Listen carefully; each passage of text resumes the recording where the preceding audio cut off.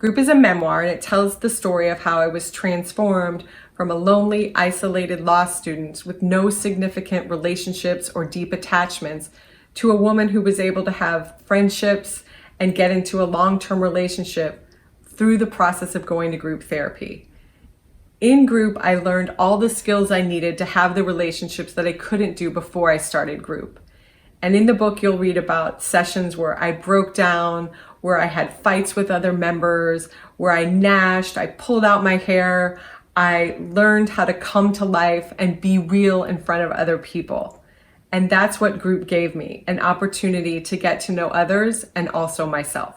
In group, we were encouraged to let go of our secrets and to be very specific and explicit in all of our explanations when we came in and talked about our dates or our past traumas.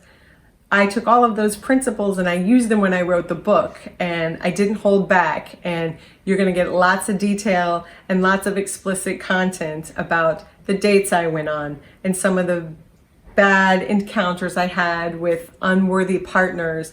But in the end, you're going to get a full and true picture of what my life was like and what happened and what I'm like now. When I think about who Group, the book, is for, I think about anybody who's stuck in their life, either professionally or romantically.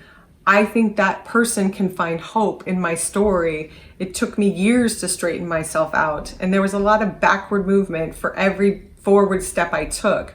And I think there's a message of hope there that I ended up where I wanted to go.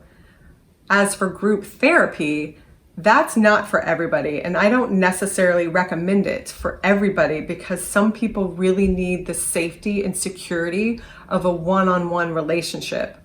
But the good news is the book Group can teach anyone about what we do in group therapy, and you can take those principles even if you never step foot in group therapy.